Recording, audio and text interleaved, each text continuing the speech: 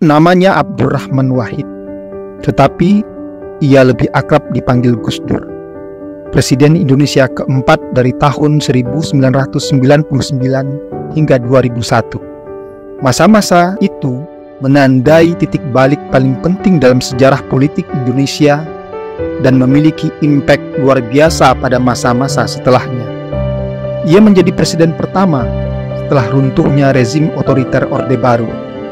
Selama masa jabatannya, Gus Dur memprioritaskan rekonsiliasi dan penyembuhan luka masa lalu, bekerja untuk persatuan nasional dan keadilan sosial.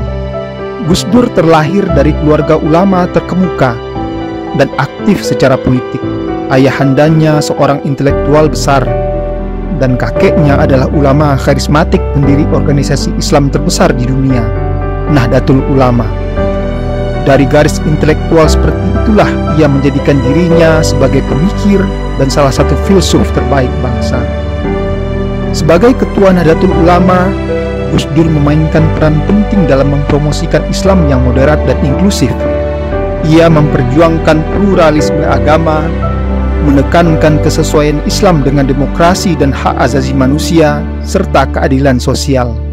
Di bawah kepemimpinannya, Nahdlatul Ulama menjadi kekuatan progresif yang menentang radikalisme dan memperjuangkan hak-hak komunitas yang terpinggirkan, termasuk minoritas agama dan kaum perempuan.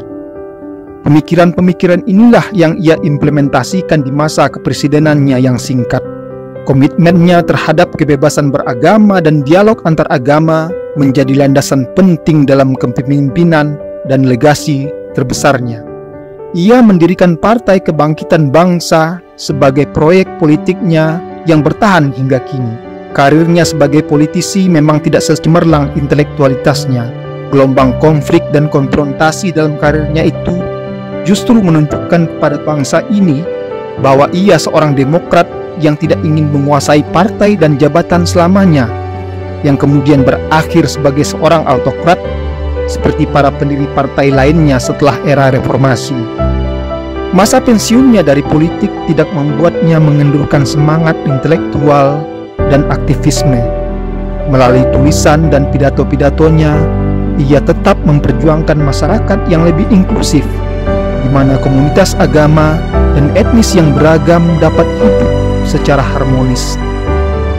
Ia mengembangkan pemikiran demokrasi, desentralisasi, dan transparansi.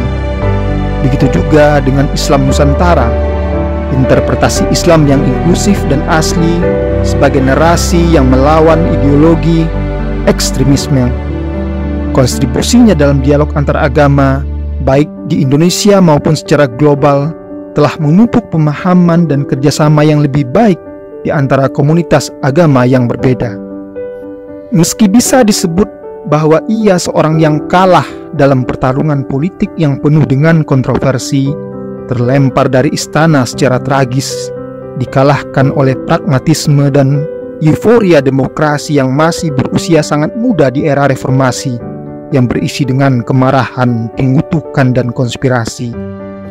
Tetapi tidak seorang pun akan menyangkal bahwa ketinggian kebijaksanaan dan wibawa intelektualnya melebihi kebesaran dirinya sebagai seorang presiden dan politisi.